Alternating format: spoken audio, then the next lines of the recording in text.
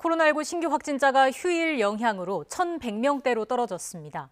단계적 일상 회복에 대한 기대감이 커지고 있는 가운데 정부가 오늘 단계적 일상 회복 청사진을 공개합니다. 취재기자 연결하겠습니다. 최명신 기자. 네, 최명신입니다. 네, 먼저 오늘 확진자 현황부터 자세히 정리해 주시죠. 네, 오늘 0시 기준 코로나19 신규 환자는 1,190명입니다.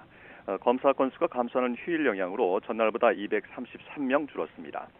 지난 7월 7일 이후 111일 연속 4자릿수 환자 발생인데요. 신규 환자가 2,000명 미만으로 내려온 건 17일 연속입니다.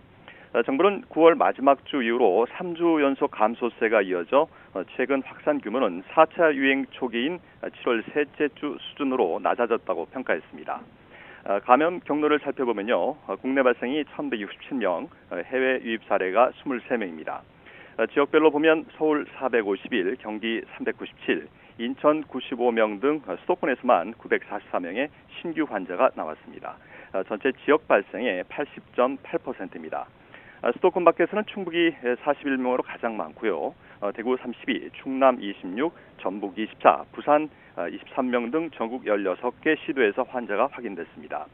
광역자치단체 가운데 유일하게 세종에서는 환자가 나오지 않았습니다. 코로나19 관련 사망자는 7명이 늘었고 위중증 환자는 6명 늘었습니다. 어제는 휴일이라 백신 접종이 많지는 않았습니다. 1차 신규 접종자는 3,700여 명이고 접종을 모두 마친 사람은 16,000여 명입니다. 이에 따라 백신 접종률은 1차 79.4%, 2차 70.1%입니다.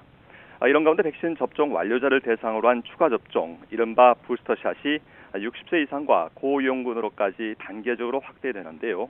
오늘부터는 우선 75세 이상 고령층과 노인시설 이용자 등이 추가 접종을 시작합니다. 백신 종류는 화이자입니다.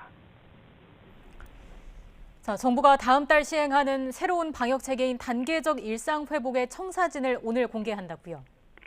네, 정부는 오늘 오후 단계적 일상회복 이행계획 공청회를 열고 방역의료 분야의 일상회복 이행계획 초안을 공개할 예정입니다. 이번 공청회는 오는 29일 정부가 일상회복 이행계획의 최종안을 발표하기에 앞서 열리는 건데요. 정부와 전체적인 사회적 거리두기와 일상회복의 큰 그림을 발표한 뒤에 전문가들이 이에 대한 토론을 진행할 예정입니다.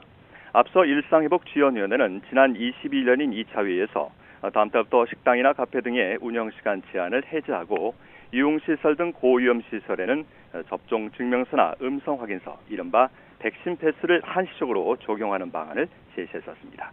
지금까지 사이버에서 YTN 최명신입니다.